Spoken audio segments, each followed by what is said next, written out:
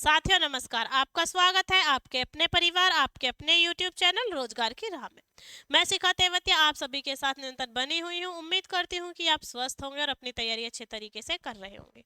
जैसा कि आप सभी जानते हैं, मैं आपको हिंदी करा रही हूँ और हिंदी में हमारा क्या चल रहा है, अव्यय चल रहा है। और अव्यय जो लास्ट क्लास थी, जो हमने पिछली क्लास में पढ़ा है, वो हम अव्यय का एक भेद यानी क्रिया विशेषण अव्यय को पढ़ चुके हैं। उसके बाद हम आज बात करने वाले हैं क्रिया जो अव्यय था उसके अन्य तीन भेदों की। अन्य तीन भेद कौन से हैं?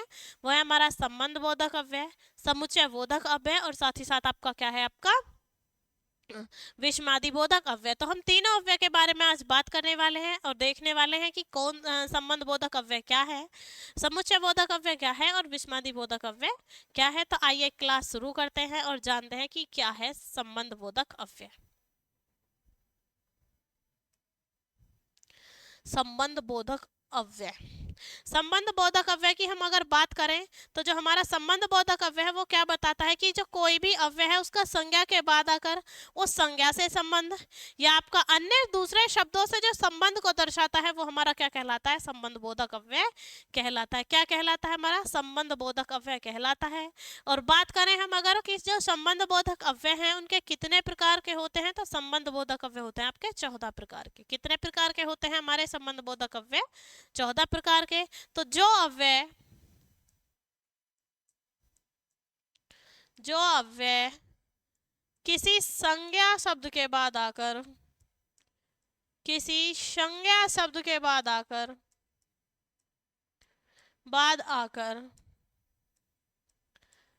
उस संज्ञा का संबंध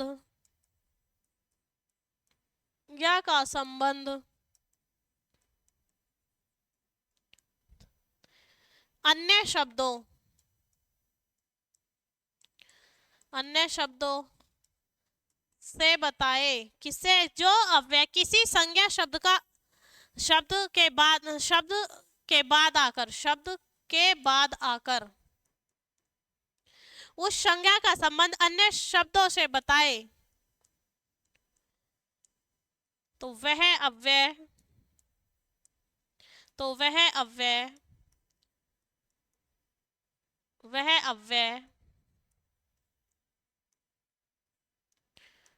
संबंध बोधक अव्यय कहलाता है। संबंध बोधक अव्यय कहलाता है। अव्यय कहलाता है। और हम बात करें कि जो संबंध बोधक अव्यय है वह कितने प्रकार का होता है, तो संबंध बोधक अव्यय अर्थ की दृष्टि से आपका 14 प्रकार का होता है। संबंध बोधक अव्यय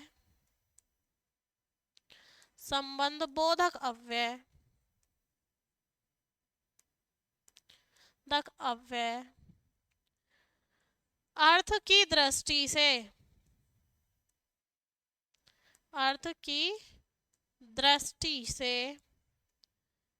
14 प्रकार का होता है।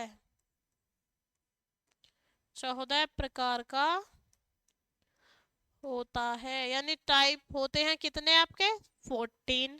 जैसे आपका उपरांत, पूर्व, समीप, ये क्या है हमारे संबंध बोधक ही तो है। यहाँ वहां आसपास, जैसे उपरांत, समीप, यहाँ वहां आस पास। तो ये क्या है हमारे आपके? अतिरिक्त, बदले, विरुद्ध, सहित, ये सब हमारे कैसे शब्द हैं आपके? संबंध। अतिरिक्त यानी कोई चीज है उसके अतिरिक्त संबंध।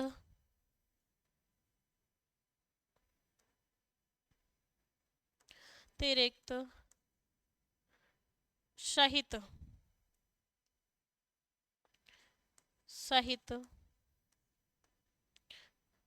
आदि, ये कैसे शब्द हैं हमारे आपके?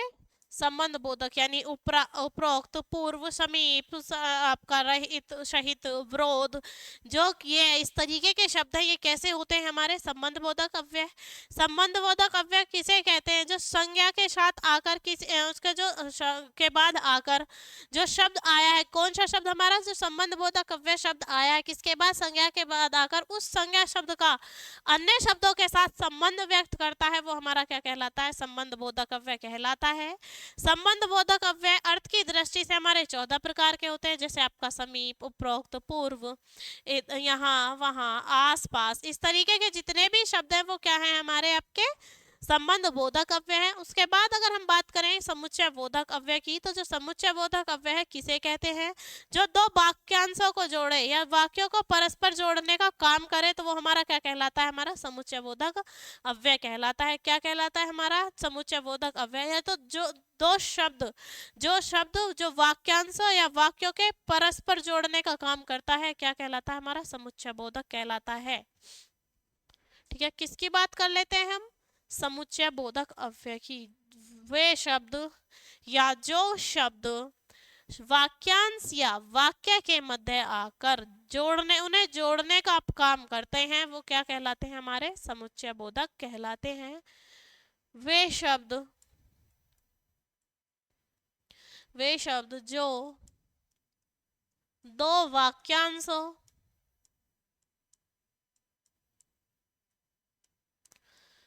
या वाक्यों के मध्य आकर या वाक्यों को परस्पर जोड़ने का काम करते हैं, परस्पर जोड़ने का काम करते हैं, जोड़ने का काम करते हैं, समुच्चय बोधक अव्यय कहलाते हैं। समुच्चय बोधक अव्यय कहलाते हैं। क्या कहलाते हैं? आपके समुच्चय बोधक अव्यय कहलाते हैं। और प्रयोग के आधार पर अगर हम बात करें समुच्चय बोधक अव्यय की, तो ये कितने प्रकार के होते हैं? हमारे 2 प्रकार के। जैसे कि आपका एक आपका समान अधिकरण और दूसरा हमारा व्याधिकरण। एक समान अधिकरण होता है और दूसरा क्या होता है? हमारा व्याधिकरण होता है। प्रयोग के आधार पर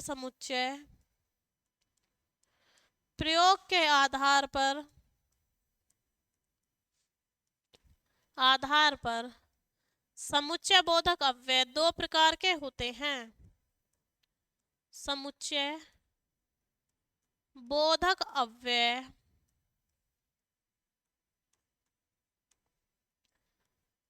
2 प्रकार के होते हैं। 2 प्रकार के होते हैं।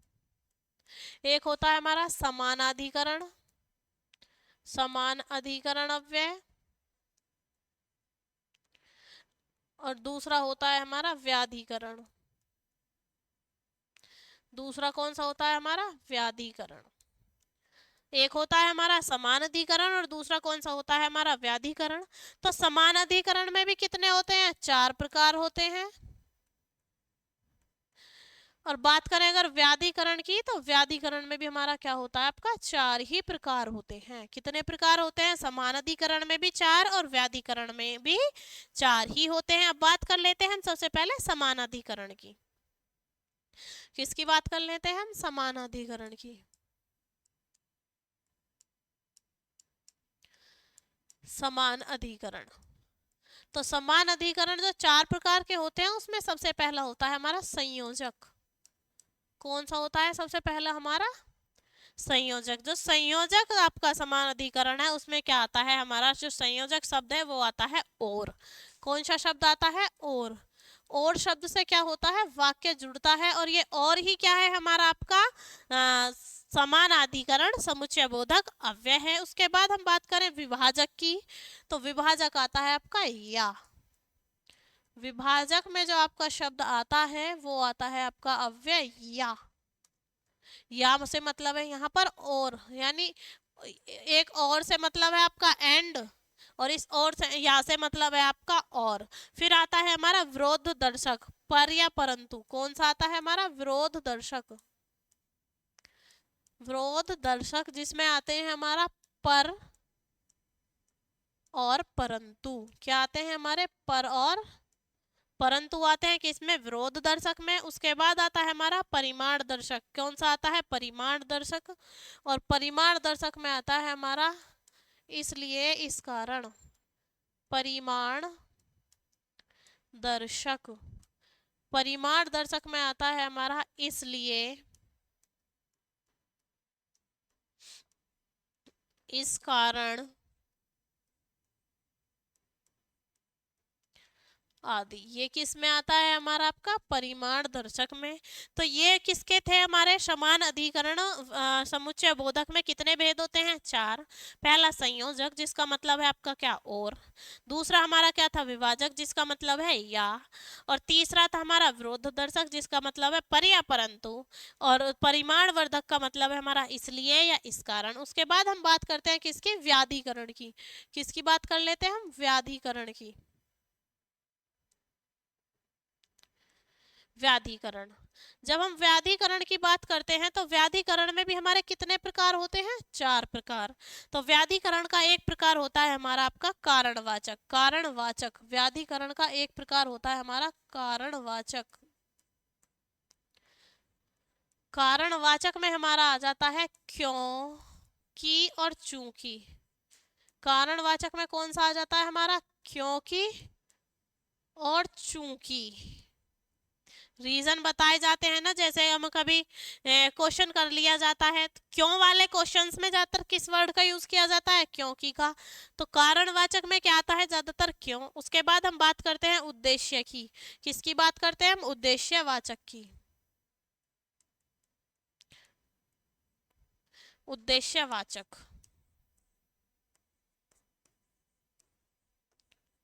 उद्देश्यवाचक में हमारा क्या आता है आपका, उद्देश्य से मतलब है एम से, यानी जो हमारा एम था, जैसे कि की, जो की, ताकि। क्या आता है इसमें, की, जो की, ताकि। ये किस में आते हैं हमारे, उद्देश्य में। उसके बाद हम बात कर लेते हैं हमारे तीसरे की, कि जो व्याधिकरण का तीसरा भाग है वो कौन सा है, तो वो है हमारा आपका संकेतवाचक। कौन सा है हमारा आपका, संकेतवाचक। यद्यपि, तथापि, संकेतवाचक। संकेतवाचक में आता है हमारा यद्यपि, तथापि आदि। इस तरीके के जो शब्द हैं वो किस में आते हैं हमारे, संकेतवाचक में। जैसे यद्यपि, तथापि, तो, जो सो, अगर तो। उसके बाद आता है हमारा स्वरूपवाचक। कौन सा आता है हमारा, स्वरूपवाचक। स्वरूपवाचक जो है हमारे अव्यय, वो कौन से हैं, जो स्वरूपवाचक अव्यय हैं वे हैं जैसे, मानो, अर्थात, यानी। जैसे, मानो, अर्थात, यानी। ये शब्द किस में आते हैं हमारे, ये शब्द आते हैं स्वरूपवाचक होते हैं। ये शब्द कैसे होते हैं हमारे, स्वरूपवाचक होते हैं। तो ये बात थी हमारी किसकी, समुच्चय बोधक की। कि समुच्चय बोधक कितने प्रकार का होता है, 2 प्रकार का। पहला हमारा कौन सा, समान अधिकरण। दूसरा क्या था, व्याधिकरण। समान अधिकरण भी कितने प्रकार का होता है, 4 प्रकार का। और व्याधिकरण भी हमारा कितना होता है आपका, 4 प्रकार का। इसके बाद एक और हमारा अव्यय बच जाता है, और वो अव्यय है कौन सा हमारा, विषमादि बोधक अव्यय। कौन सा अव्यय बच जाता है हमारा, विषमादि बोधक अव्यय। तो हम बात किसकी कर लेते हैं, विषमादि बोधक की, जिसमें क्या आता है आपका, एक्सक्लेमेटरी साइन आता है। ये विषमय बोधक चिन्ह आता है, वो हमारे कौन से होते हैं, विषमय बोधक अव्यय होते हैं। विषमादि बोधक अव्यय किसकी बात कर लेते हैं, विषमादि बोधक अव्यय की, जिसमें क्या आते हैं हमारे, भाव आते हैं, आश्चर्य आते हैं। विस्मय का मतलब ही क्या है, आश्चर्य। यानी विस्मय आदि भावों का जो बोध कराते हैं वो क्या कहलाते हैं, हमारे विषमादि बोधक अव्यय कहलाते हैं। वे शब्द जो विस्मय का बोध कराएं, और विस्मय से मतलब होता है आश्चर्य। विस्मय का बोध कराएं, बोध कराएं, क्या कहलाते हैं हमारे? विस्मयादि बोधक, विस्मयादि बोधक अव्यय कहलाते हैं, बोधक अव्यय कहलाते हैं। क्या कहलाते हैं आपके? विस्मयादि बोधक अव्यय कहलाते हैं। हम बात करें कि विस्मयादि बोधक कितने प्रकार के होते हैं, तो इनके कई भेद होते हैं। जैसे आपका विस्मयादि बोधक में आपका आता है ए, क्या, ये इस तरीके के शब्द, ओहो, हे, ये इस तरीके के शब्द किस में आते हैं? आपके विस्मयादि बोधक में। ओहो, हे, ये शब्द किसके आते हैं? विस्मयादि बोधक अव्यय में इसी प्रकार के शब्द आते हैं जिसमें एक चिन्ह लगा हुआ होता है, विस्मय चिन्ह बोलते हैं जिसे। जैसे हर्ष बोधक जो खुशी के मौके पर बोला जाता है, कौन सा आपका? हर्ष बोधक। हर्ष बोधक में आपका क्या आता है? आपका वाह, आह, इस तरीके के जो शब्द हैं वो क्या आते हैं आपके? हर्ष उसमें आते हैं, वाह, आह, शाबाश,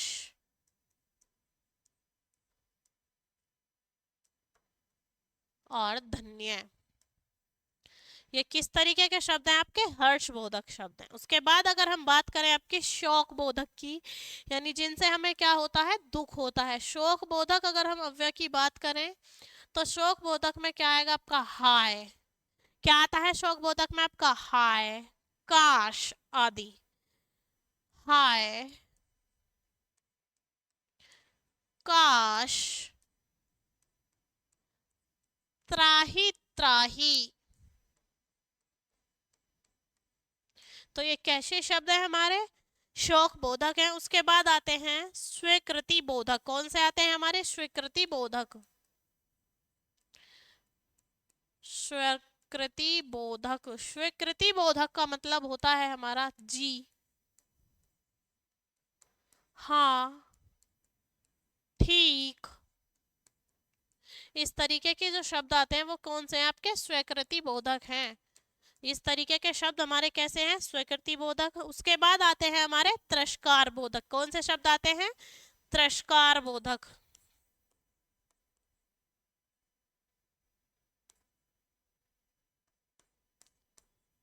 तिरस्कार बोधक। तिरस्कार बोधक में आता है आपका छी छी, हट आदि। इस तरीके के शब्द किस में आते हैं हमारे? तिरस्कार बोधक में। उसके बाद आते हैं आपके संबोधन बोधक। कौन से आते हैं हमारे? संबोधन बोधक। संबोधन बोधक। संबोधन बोधक में आते हैं आपके हे, अरे। कौन से आते हैं आपके? हे, अरे, अजी, अहो, अजी, अहो आदि। ये कैसे शब्द है हमारे? संबोधन बोधक हैं। तो एक बार ये राइट डाउन कर लीजिए। जैसे कि हमारा क्या था? विस्मय आदि बोधक में इस तरीके के शब्द आते हैं। इसमें भी ये कई प्रकार के होते हैं। हर्ष बोधक में क्या आते हैं? वाह, आह, शाबाश और धन्य। शोक में क्या आता है? शोक से मतलब है दुख, तो दुख में हाय, काश, त्राही त्राही, इस तरीके के शब्द। जब किसी चीज की हम स्वीकृति देते हैं, किसी काम को करने के लिए हाँ करते हैं, तो हम या तो ये बोलते हैं जी, हाँ, ठीक। ये इस तरीके के जो शब्द हैं ये कैसे हैं? स्वीकृति बोधक। जब तिरस्कार करते हैं यानी घृणा से देखते हैं तो क्या बोलते हैं? छी छी, हट आदि। उसके बाद है हमारा संबोधन बोधक। और संबोधन बोधक क्या है? हे, अरे, अजी, अहो। ये क्या है हमारे? संबंध बोधक। इसके बाद एक बच जाता है हमारा निपात, जिसे हम कहते हैं ये शुद्ध अव्यय नहीं होते। निपात कैसे नहीं होते? वो शुद्ध अव्यय नहीं होते, यानी पूर्ण रूप से अव्यय नहीं होते। तो हम किसकी बात कर लेते हैं? निपात की। निपात शुद्ध रूप से अव्यय नहीं होते। निपात शुद्ध रूप से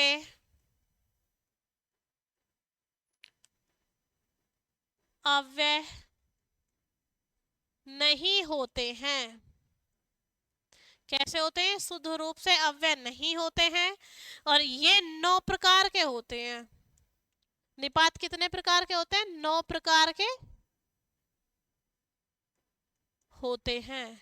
जो निपात है वो कितने प्रकार के होते हैं? हमारे 9 प्रकार के होते हैं। निपात कैसे हैं कि अव्यय का ही शुद्ध रूप क्या जो अव्यय है उनका शुद्ध रूप क्या है वो निपात नहीं कहलाता है। और ये कितने प्रकार के होते हैं? हमारे 9 प्रकार के होते हैं। जैसे हाँ, जी हाँ, ना, जैसे हाँ, जी हाँ,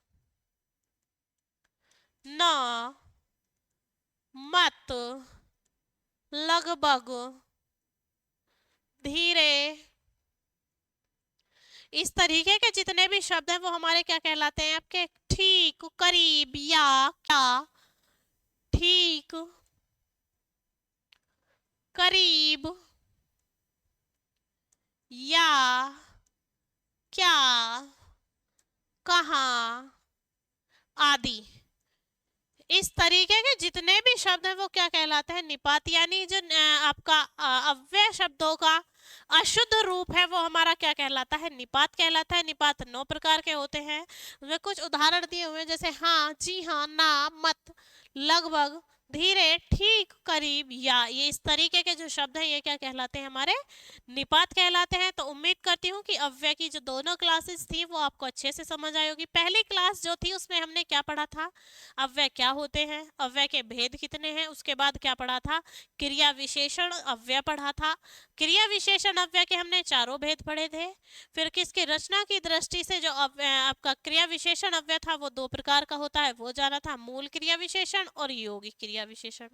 उसके बाद जो हमारी एक क्लास थी, इस वाली क्लास में हमने क्या पढ़ा है कि इसमें हमने पढ़ा है संबंध बोधक अव्यय को, समुच्चय बोधक अव्यय को। समुच्चय बोधक अव्यय भी कितने प्रकार का था? 2 प्रकार का। किसके आधार पर था? प्रयोग के आधार पर, समान अधिकरण और व्याधिकरण। उसके बाद हमने क्या पढ़ा? आपका विषमादि बोधक को पढ़ा और अब फिर क्या पढ़ा? हमने निपात को पढ़ा। यानी जो अशुद्ध अव्यय शब्द हैं वो क्या कहलाते हैं? आपके निपात कहलाते हैं। जो पूर्ण रूप से शुद्ध अव्यय शब्द नहीं है वो क्या है? हमारे निपात कहलाते हैं। तो उम्मीद करती हूँ कि आज की क्लास आपको अच्छे से समझ आई होगी। लेकिन फिर भी अगर आपका कोई डाउट रहता है या आपके मन में कोई शब्द ऐसा आता है कि ये शब्द किस अव्यय का है तो आप कमेंट कर दीजिए ताकि आने वाली नेक्स्ट क्लास में हम आपको आंसर दे सकें। मिलते हैं आपसे आपकी नेक्स्ट क्लास में, तब तक के लिए जय हिंद, जय भारत।